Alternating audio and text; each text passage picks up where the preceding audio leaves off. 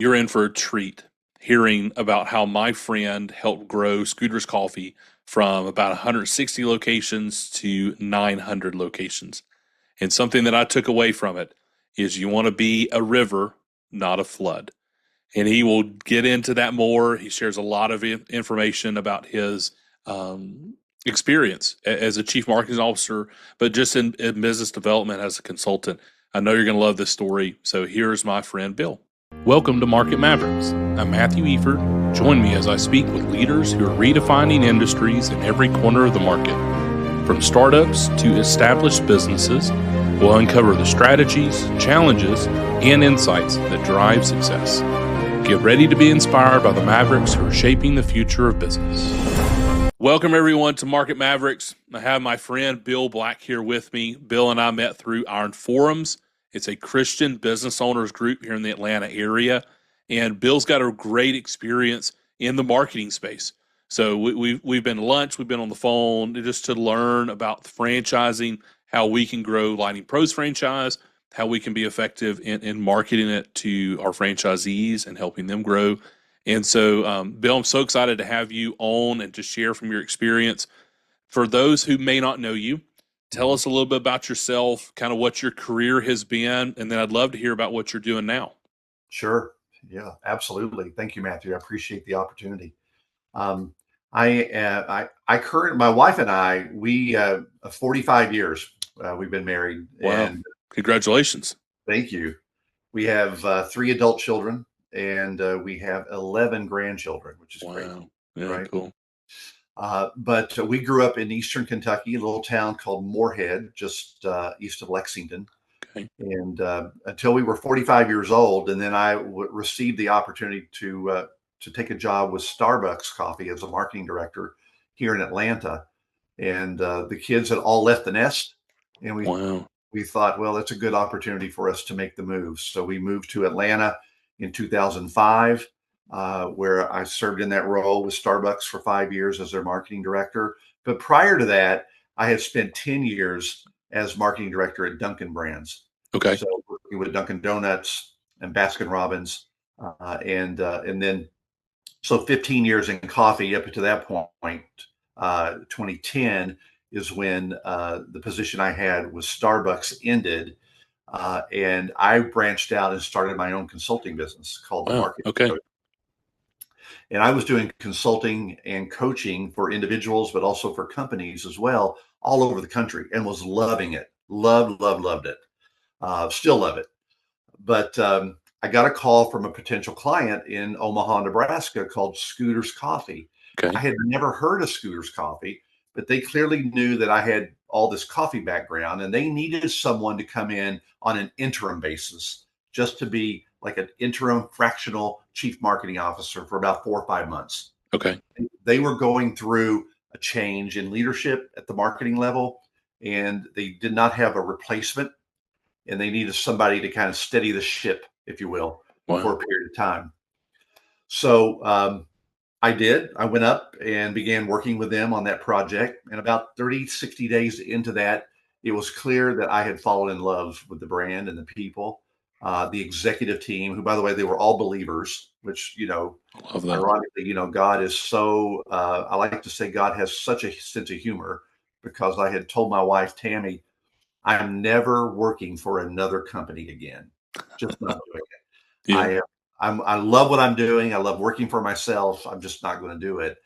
And then after about 2 months the arm twisting started, and they were like, "Bill, why don't you come and do this full time, and be our chief marketing officer full time, be a member of our executive team, and help us grow." And at the time, they had about 130 stores or so, and so I thought, well, God, you put this in my path for a reason. So let's do it. And I so love that. my wife drug my wife to Omaha, Nebraska, From beautiful Atlanta. from beautiful Atlanta to Omaha, Nebraska. Which, by the way, they're great people there, Yeah. and we really enjoyed our time there. I loved the job that I had there until I retired, just back in July of this year, and then we moved back to Atlanta. We have a daughter here. She's a single mom.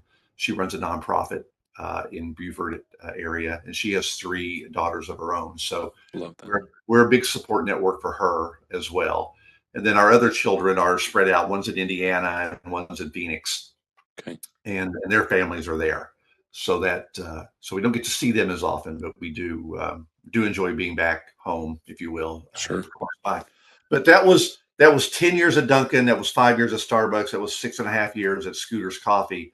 So 22 years ish, in the coffee industry, coffee marketing and leadership roles. So I like to say I'm highly caffeinated. Highly caffeinated. I love that. So Yeah. when you're working with an organization, so you came in with Scooters, and they said they had 130, 136 stores. What Right. was your time like when you retired 6.5 years later? What was Yeah. that scale like? What were they at when you left? So when I got there in January of 2018, they were the owner, the founder of the company at the time, and his CEO.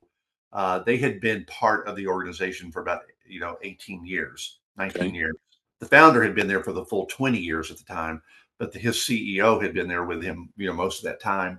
And they had made a pact between the two of them that they were going to franchise. They're like, look, we're going to stop being this little small brand in the Nebraska area, and we want to grow this into a big national brand. And so I got to be part of an offsite meeting with the other executive team members, to say, okay, how big do we want to blow this up? Sure. Where do we want to take this? And at first we said, well, we would love to have 500 stores by the next 5 years. And that seemed like a lot, right? Yeah, that is a lot. Yeah. But we had read, we had all read the book Good to Great by Jim Collins, and we were tied into this whole concept around a BHAG, which Okay. is a big hairy audacious goal.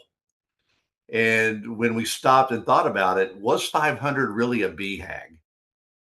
And when we were honest with ourselves, it really wasn't. It was almost incremental, you Wow. know. And we said, okay, let's do 1,000 stores.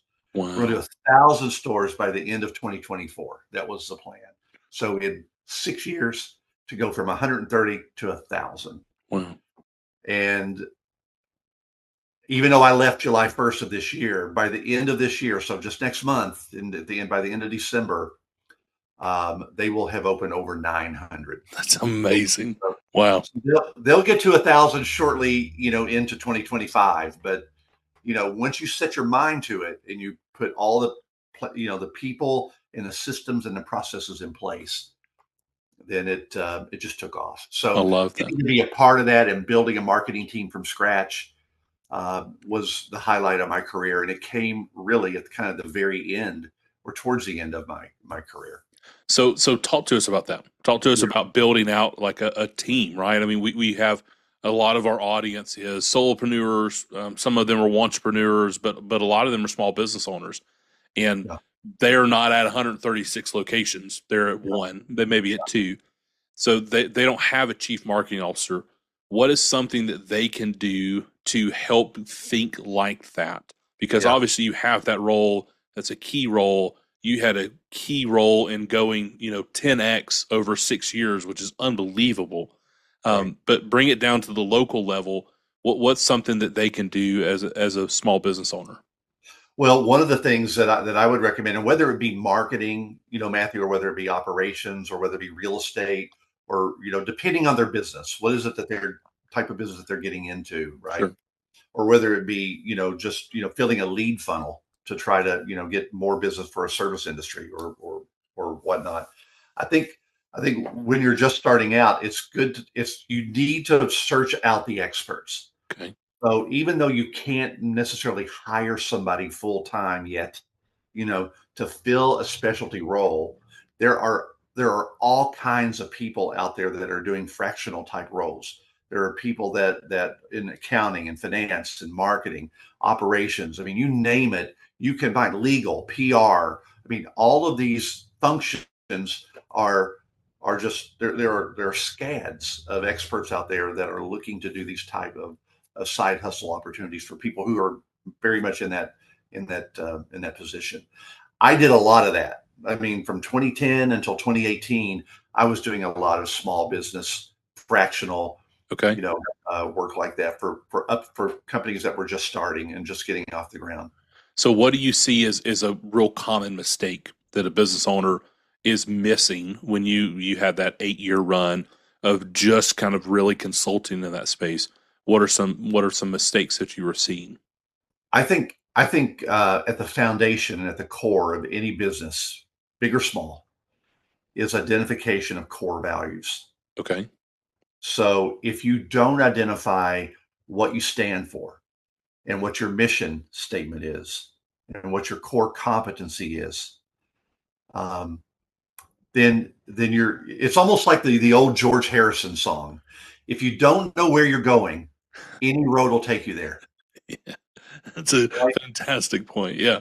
It is, and if you don't really know where you're going, then you're just going to be throwing stuff against the wall, and you're not going to be making any real progress. So one of the things that we did at that offsite meeting where we identified that BHAG is we first established what are going to be our core values. What do Okay. we stand for, right? And we took a half day of just putting different types of core values on the wall. It was post-it notes all over the walls, and then we began to kind of bring all that down. We got it down to 4 core values, and they were integrity, love, humility, and courage. Cool. Right? Now, who puts love, in their core values, Yeah. right? But we were thinking about things. What do we want to stand for? We wanted to be a company that that its people show forgiveness, we show grace, we show love, we show sympathy and empathy, and we just felt like all of those things, belonged, in that bucket of love. And then integrity is pretty foundational. I mean, you either have it or you don't, Sure.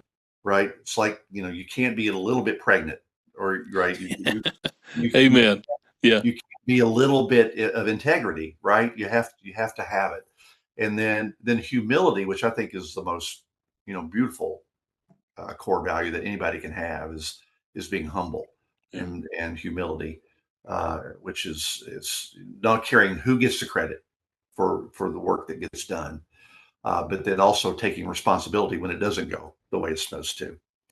And then courage, which is being able to do the hard things, even though um, maybe the outside voices are saying, "Oh, don't do it."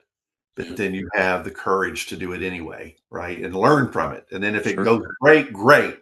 If it doesn't, then then you have love and forgiveness to fall back on. And I love that you're clearly defining the culture, the idea of this is what we stand on as an organization. And It if absolutely is. It is so essential. And once you identify your core values, and I've helped a couple of other organizations here, in the Atlanta area, identify core values for themselves.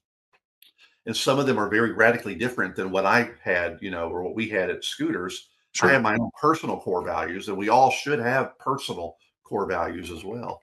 But yeah, it has to be something that gets in your bones. okay, It can't be words on the wall, sure, right? And you just forget about it. You can't just slap a couple of words on the wall and walk away from it. Your mission statement can't just be words on the wall that you occasionally look at. It's got to be something that you talk about amongst your team and amongst your family on a daily basis. I love Every that. meeting that you go into, um, every person that you hire, every franchisee that you award a franchise to, every vendor that you agree to do business with, all of those things, those people need to align with the core values that you have, right, for your organization. So that was critically important for us. And honestly, for the franchisees at Scooters Coffee that we brought on during that rapid growth that we experienced, I mean, every single one of them to a person told us the main reason they chose Scooters Coffee was because of our core values. I love that. Yeah. That's really cool. And I love, again, it's the idea of this is what we can be unified around. And if Yeah. you want to be unified around these specific things, then you will be a fit here. And if Yeah. you don't want to be unified around these specific things, I can promise you, you will not be a good fit here. Yeah. And so that clarity just allows someone to say, "Hey, I can be all in," or I don't really, that's just not going to be a good fit for me. And that's fine. We're not all things to all people. That's right. I want to get back to your original question though about, when Sure. small business owner or someone just starting out in business. Um, one key recommendation that I would always make is don't skimp on people. Okay.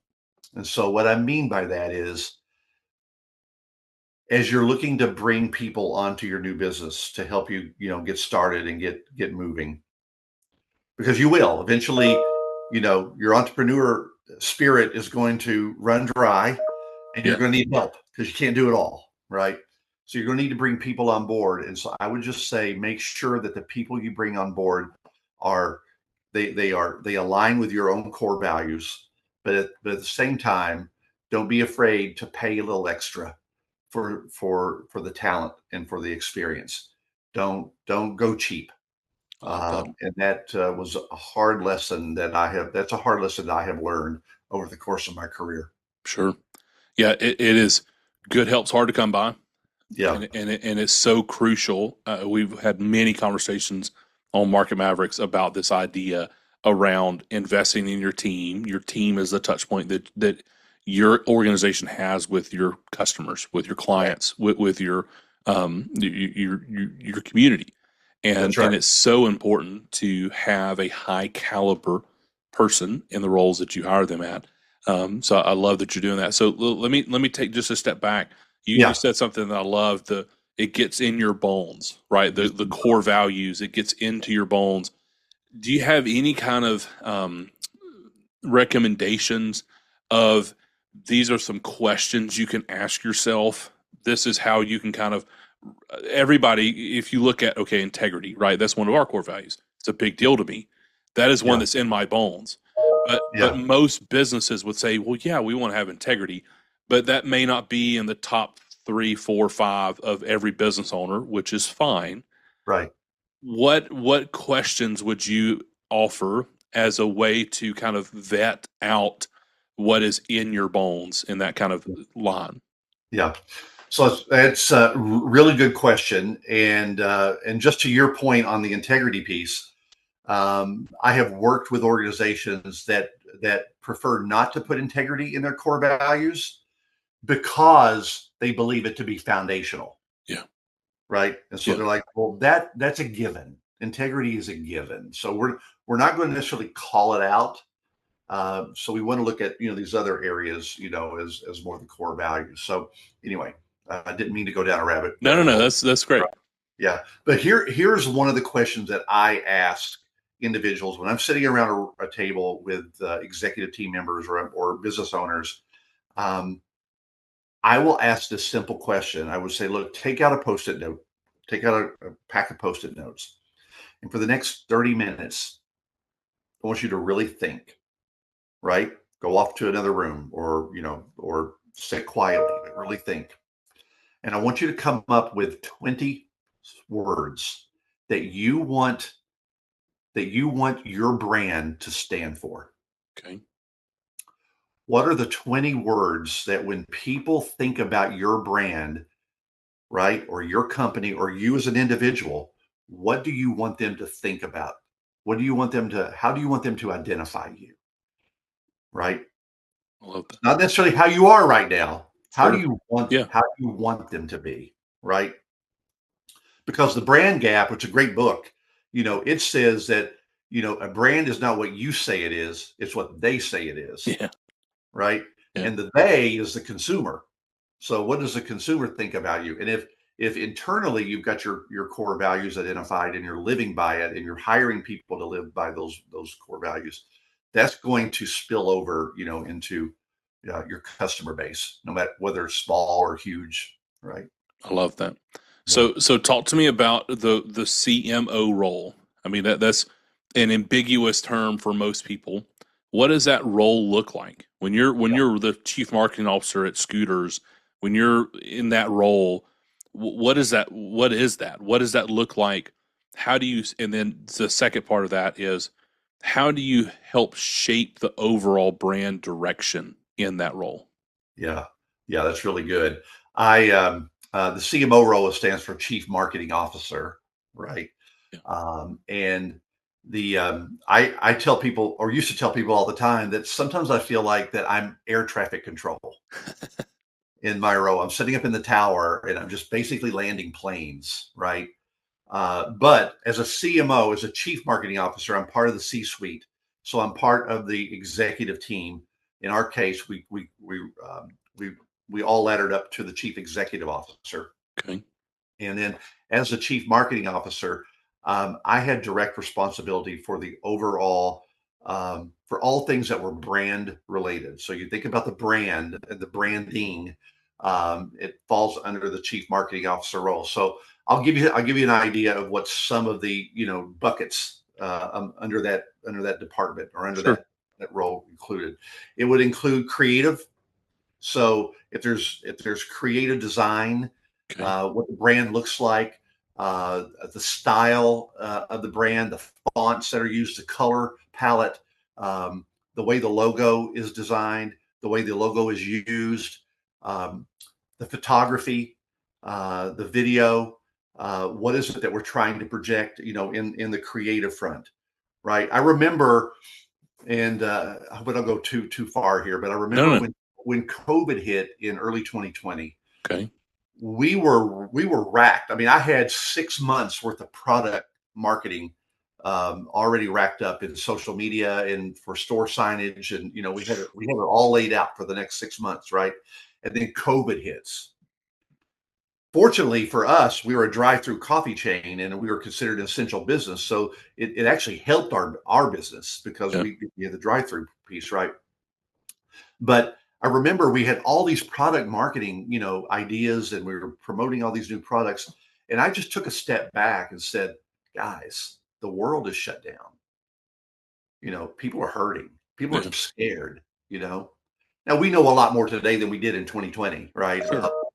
But back then, nobody knew what the heck was going on. Yeah. And I said, we need to just bag all of this product marketing and let's focus on how do we help our neighbor? How do we help, our fellow man and woman and boy and girl I and love that. and we really dove into the love core value and we spent better part of a year just doing that. Um, so that is all part of the brand as well, the branding, of it. So that's the creative piece of it. There's also the digital marketing piece of it. So that includes all Okay. the social media and all the social media platforms, whether it be Facebook, Instagram, Twitter, now X, right? Or chat, Snapchat, TikTok, etc. Okay. And then all the create content that is created for that. So and then the web is part of that, and then any paid media ads is part of that as well. All right, so creative, digital, and then we also have what's called field marketing, and that was we actually have field marketing managers out in the field throughout the country, and Okay. they're working directly with the franchisees, building out local store marketing plans for each individual location. So Nice. within a 3 to 5 mile trade radius of every location, they would work with the franchisees to build a local store marketing plan, direct mail, paid media ads, Sure. outbound billboards, those types of things, right? And then we obviously we had e-commerce, which was part of that as well, where we're selling coffee, on the web. So that was part of our plan underneath the CMO role. And then we would also have franchise marketing. So while we're doing all this stuff for the consumer, Sure. right, we also have this need to recruit new franchisees. Yeah. We had to do what was a business to business marketing plan that was out there actively reaching and marketing to prospective franchisees to fill the lead funnel for our franchise sales department, to sell franchises because we had to Cool. get to 1,000 stores. That's right. You had that So we BHAG. You had to get there. had that BHAG we had to hit. That's right. I love that. I think that pretty much hit all of it. Creative, uh, then traditional media would be part of that too. Television and radio, Okay. sales promotion would be part of that. While I was there, at the end, we did a sponsorship with ESPN to become the sponsor for the Frisco Bowl. So Oh, you'll wow. see Okay. that will be the second year this December where the Scooters Coffee Frisco Bowl. And then we'll do one more year. And I think they'll probably continue that. We've been very happy with that Very relationship. cool. Yeah. So talk about that. What Yeah. is the evaluation like on? I mean, that's That's a giant partnership, and most of our audience is not going to be there yet. Right. But when you're talking about a partnership with someone, when you're doing a big brand partnership, what are you evaluating? What are those conversations like? How do you walk through that process? It's a brand play for sure, because it's not necessarily something that we think is going to drive immediate sales to our stores while the bowl game's on, right? Sure. Yeah, we had there's multiple objectives at play here, and one is to just continue to expand the overall perception of the brand and raise our brand awareness scores that we measure. But also is we saw that it was a great play to potentially become um, uh, better for our franchise sales department. Cool. So for selling more franchises, Sure. right? It looks So good when your brand is on ESPN. it does. It does. And when your name is attached to that and you're getting, ads in prime time during, a prime time football game, during bowl week, those are all things that certainly generated a ton of interest this past year. And I'm sure it'll only be bigger this year. Yeah, I love that. Yeah. That's a cool approach. So talk to us about marketing in general, like for coffee shops, right? There's so many local coffee shops. What advice would you have? Because I know actually we have a few coffee shop folks that listen to this. What advice would you have for them as a local kind of mom and pop store? Yeah. I there there's three legs to the tripod here, Okay, and the first two I'll just touch on quickly and then move on to marketing. But the first is always going to be operations, and that is making sure that you have the very best people, that's running your stores sure. and that's running your coffee shop, and that they are loving on the customer. All right, and I'll get back to why that's important. And then the second prong is real estate. Is don't skimp on real estate. It is so critically important that you have a great location because no amount of marketing can fix bad real estate. Yeah, So it's a great point. you have to have great real estate. And then the third on the marketing front, here's the thing that you have to remember about coffee. It's a little different than other items for this reason. Coffee is something that becomes a loyalty play. Okay, And what I mean by that is you become part of somebody's everyday routine in life in the coffee world. They come to you 3, 4, 5 times a week. Your heavy users it's part of their routine. yeah, They get up, they shower, they get ready for work, they're off to work. Where's their first stop? In most cases, their first stop is at their coffee place, yeah. right? And so they're going to come every day because it's part of their routine for the heavy user. So it's very, very important to make sure that you've got great people who are loving on those everyday customers, right? And it's Okay, it's loyal. It's a loyalty play. And the reason I say that is because I have something that I shared with my teams and with the operations teams is it's called the last 3 feet of the sale. okay. And the last 3 feet of the sale for us anyway was the window at the kiosk or the building, the drive-through window, Uh-huh. and the window of the car, Okay. right? That distance is about 3 feet, about a yardstick between. So the handoff out that window to the person in the driver's seat, right? Yeah. That has to be an incredible experience, or we call it an amazing experience. Our mission statement was to create an amazing experience for each life we touch. I love that. So we wanted to make sure that that handoff was an amazing experience for that customer. The other thing I would say, Matthew, as it relates to coffee is if you can do it at all possible, you need to have a drive-through. Yeah. Now, if it's just a coffee shop with a lobby and there's no drive-through, you're constantly going to be fighting an uphill battle to try to improve customer flow Yeah. and throughput. Yeah. You don't have enough throughput. People buy You don't have $5 enough coffee throughput. and sit there for 5 hours, That's right. and you're not making enough money. And that was what we found with we have 660 square foot kiosk drive through only. Yeah. And we had stores that had cafes, but it was so much wasted real estate. Yeah. The return on investment of that real estate just wasn't there because even the stores that had the cafe, they also had a drive through. Well, 80% of the sales was going through that drive through. Yeah. Only about 20% was in the cafe. Yeah. But it sounds like that Scooters was very clear on who their target market was, Right. right? Yeah. That Right. they understood the brand, they Yeah. understood what they were going to stand for, and they understood who they were going for. That's right. You And your target market, you don't need an inside space. you don't. You don't. And the beautiful thing about coffee is it's universal. Everybody loves coffee, whether you're a high school kid, a college kid, or a 40-year-old soccer mom, or a 65-year-old retired person. Yeah, You're drinking coffee, yeah, right? And so we had certain segments that we targeted, some that were, more impactful than others. And that was important for us to, we would have to devise and write our messaging and our communication to target okay. those personas, as we call them. But And so, how are you evaluating within the organization the typical mix of the persona of clients? I so feel we most business owners have no clue. They have a general idea, but they really don't know who their yeah, target persona is. So, what advice would you have in getting drilled down into that? there's industry data out there for everything, for every industry that you could dive into and you could Okay, find, the overall. So there's certainly coffee category data, industry data that we can tap into and look at, and that's okay. But the best information is always going to be information that you get directly from your customer base. So we would do what was called an attitude and usage study every year, where we okay, would talk 1,000 of our customers, and we would that's gather all kinds of demographic and usage information from them, and that would very help cool. determine how much that they're using us, and what are the demographic, what do these look like. I love that. Mhm. That this you've got the clients there. Just Yeah, you've built the relationship with them. Let's get the information from that's them. right.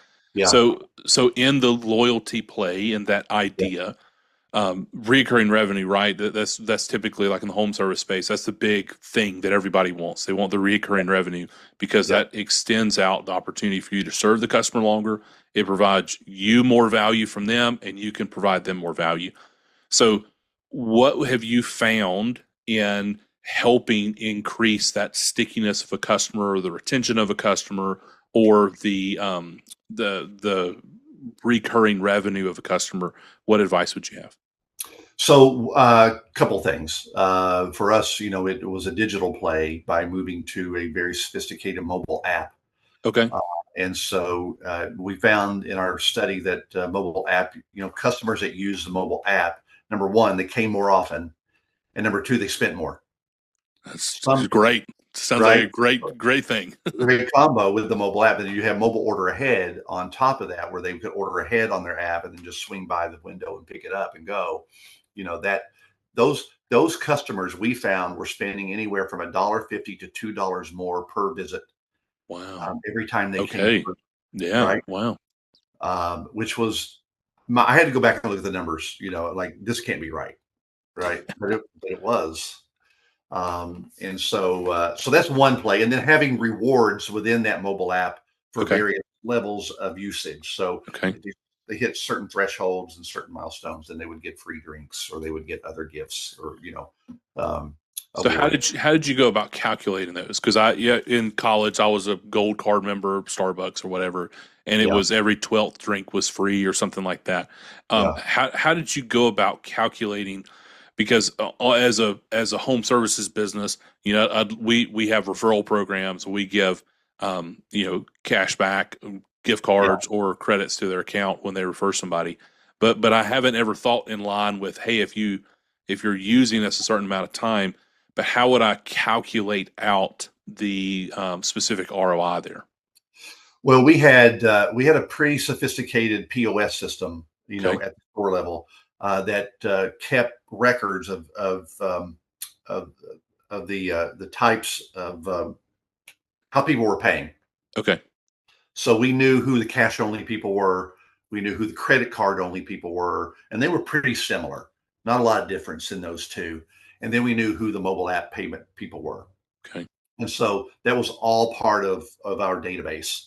And so it was just easy to go into the database, and we could see, okay, all of the mobile app people are spending X amount per visit. All of the credit card people are spending X amount. All the cash people are spending X amount. So it was easy to decipher. We had the sophistication to do that. Now, if you don't have the sophistication to do that, then it's going to be a little more manual.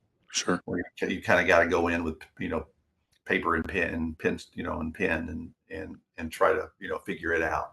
It's just hard to pick out, right? I mean, what moves the needle for the customer to want to continue to do it, because you Yeah, can't push it too far out there, but you also right. can't make it too attainable that you're just giving away a free drink every other time. That's So right. how That's right. what was the process of going back? Did you make any different iterations of it? What was that kind of process like? Yeah, it was a little trial and error. I know when I first started and when I first launched the first mobile app that we had, um, it was working great, but it was a little too generous. Okay. And so what we were finding was we were giving away a lot of free drinks. Now we were Yeah. still making good money on it. Don't get me wrong, Sure. but we saw the discount line. We tracked, our P&L. We saw the discount line starting to inch up. Okay. Like every quarter we'd see it inch up another quarter point, right? And we're like, don't like the trend here, Yeah. right? So we had to go back into the program itself and re-engineer that, right? Gotcha. So it made it a little less generous, for the customer. And so you have to take a little bit of a beating. Anytime an airline changes their frequent flyer Yeah. program, you Yeah. take a beating for about a month, right? So we had to take a little bit of a hit, from the customers, but they adapt and adopt. I think at the end of the day, most customers understand. Sure. You're not trying to give away the store, Yeah. Every business has to make money. I mean, right? they're in business to make money. It Right. is not a charity. They have to have it. As our mutual friend Andrew said, profit is the fuel. It's Yeah, the oxygen for the business. You've got to that's have right. it. That's right. And you can have great top line revenue, but if you're not keeping track of what you're Yeah. spending, right? And then you get to the end of the month and you go, wow, we had great sales. How come I don't have any money in the bank? Right? Yeah. Yeah. Well, It's, you it's know, coming. It's coming in. It's going out as fast as it's coming in, which is or it's very going out faster than it's coming in. yeah, which is Not where you want very, very easy to do. it. Yeah. So, with your franchisees, what did you find was helped them be most successful? So, if we can kind of look at it from the local level, this may help some of our small business owners and their local community. What made some of your franchisees the most successful? If you look over the time that you were at Scooter specifically, what are the ones that stood out to you? What did they do? Yeah. I think that kind of goes back to what I mentioned a little bit earlier. And I think one of the not one of the most impactful help that we gave our franchisees was providing them with the resources to help them with their real estate. Cool. In our particular case, that was critical. It was you got to get that right first. You before we even talk about training and operations and marketing, you got to get the right real estate. You got to get the real estate that main and main, great location, high traffic counts, all those things, Yeah. right? And we would provide all that information to the prospective franchisees, and we Cool. would help them pick the sites. Cool. I love that. Yeah, that was the one. And then once that was done, then we spent an enormous amount of time helping them on the operations and the training side, getting their staff ready for opening. So, we love to hear about mistakes, right? Everybody's made them. I've made plenty. I'm sure you have as well. What's a mistake that you made? Let's say it's Scooters, or it could Yeah, be at any of your organizations, but let's try to nail down in Scooters. That's just where most of our conversation's been. What's a mistake that you made while you were there, and what's something that you learned from it? yeah, wow. Um, I'm pausing only because I've got so many. Here's when I first got to Scooters. Um, I wanted to do so much, and so I had a very small staff that I inherited when I got there. There were 5 very young, very green marketing managers, Okay. and a couple of them were fresh out of college. I mean, they first job, Yeah. right? But they were eager and they were hardworking and they were willing to learn, but they just didn't know anything about strategy, didn't know anything about trying to think ahead. So I just wanted to do a lot of stuff. boom, boom, boom, boom, boom. Was throwing, a lot of stuff at it. What I realized with my limited resources is I can't do it all. Sure. And so I don't know if you know Tim Elmore, but Tim Elmore, he has a leadership company here in the Atlanta area. Okay. Uh, but I got to know Tim, gosh, 15 years ago or so. And I remember sitting in a meeting with him one time, and he told me, he said, Bill, you have to be a river, not a flood. Oh, I like that. Tell me more. Tell Yeah. me more about what that means. He said, because it's our natural tendency to want to do too much. Yeah, We want to put 50 things up on the wall, right? And see. He says you've got to get it narrowed down to two or three of the most impactful things, and that's where you focus. I love that. And I'm like, yeah, yeah. So that's what I did. That's what I did. I was wanting to change the world my first 6 months at Scooter's Coffee, and then I realized, we just need to get this brand. We need to get a strategy. So bring it in. Let's get a strategy. If you don't know where you're going, any road will take you there. Yeah, So let's get the strategy first, right? And then from there, that'll help to dictate what are the things that we're going to do, or the tactics, or I love that. yeah. So, Bill, I've taken up too much of your time. I'm looking at the clock, and I appreciate it very much. All of your Time wisdom flies, that you've man. shared. This has been great. I love to kind of close on a couple of questions. Number one, I'm an avid reader. I know that you read. You've mentioned a couple of books so far. If you could get one book in the hand of every business owner, what would it be? Just one. Let's say I'll give you two. No, What's I'll one, give and you then one. what's one in the last 12 months? One's. Let me give you one that is not in the last 12 months, but it's in the last probably 12 or 15 years. Okay. Okay. Yeah, that's great. And it's a book by a guy named Howard Behar. Okay. All right. Okay. In fact, I've got a copy of it here. Well, this comes up. It's Oh called. yeah. It's not about the coffee. Fitting. Not about the coffee. Lessons on putting people first from a life at Starbucks. So Howard Behar, not Howard Schultz, Yeah. different Howard, okay, but Howard Behar was the president at Starbucks when he and Howard Schultz and others started the company. And this book is about servant leadership I love and that. about putting people first. And it has been.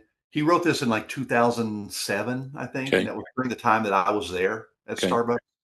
And it has been one of the most profound, impactful management books for me. Okay. I love It's that. it's a quick read, but it really drives down into what's important, and what's important is the people. I love that. Yeah. That's um, I will definitely make sure we add that in the show notes. That's a fantastic resource. I look forward to adding that to my library. And final question for me is, what's a piece of advice that you wish you would have had 10 years ago? What's something that you wish you would have known either before you started at Scooters or before you launched out and doing your consulting world? Um, my consulting world right now is around building my restarting the marketing coach. Okay. But I'm also, as part of that, I'm launching a CEO and small business uh, peer advisory group, Nice. Yeah. and I'm affiliating with Vistage. Cool. So if you're familiar with Vistage, and I'll be launching that group in the spring. And I think one of the pieces of advice that I would say is I just have to keep going back because I'm ADHD, No, this is great. right? I'm a little ADHD, so I want to like start veering into other areas, and I have to bring it in. So the piece of advice I would say is go back to what I was taught from Tim Elmore, and it is be a river, not a flood. Yeah. Don't try to do too much. Zero in on the two or three critical things that are going to make a difference in your life or in your business, and focus your time there. I will definitely be taking that slogan. I may even get it printed and put it on my wall. That Yeah, I love. That yeah, is what a great, it's just a perfect analogy because you can picture both of those. You can picture a river, you can picture a flood, and you can picture the effects that both of them have. That's right. And it's, a flood's devastation, but a river's life-giving. That's right. And it can take you, I mean, you can transport massive ships down rivers and it can get you from point A to point B really well. So Bill, I love that. If somebody's looking to get in touch with you from the marketing side or the mastermind group with Visage, how do they get in touch with you? Yeah, you can reach me at real quick. Here's my cell phone number. It's 404-493-6601. Okay. You can call or text. Just say, you can reference this podcast. Or you can reach me by email at Bill Black. Pretty easy, right? Yeah. Bill Black at themarketingcoach.com. Perfect. Bill Black at themarketingcoach.com. Fantastic. Well, Bill, I appreciate your time very much. I look forward to staying in touch with you, and I look forward to seeing your success in the new year with your Visage group and how you're going to serve business owners and leaders here in the North Georgia area. So thank you, everybody, for joining us here on Market Mavericks. We'll see you soon. Thank you for joining us on this episode of Market Mavericks.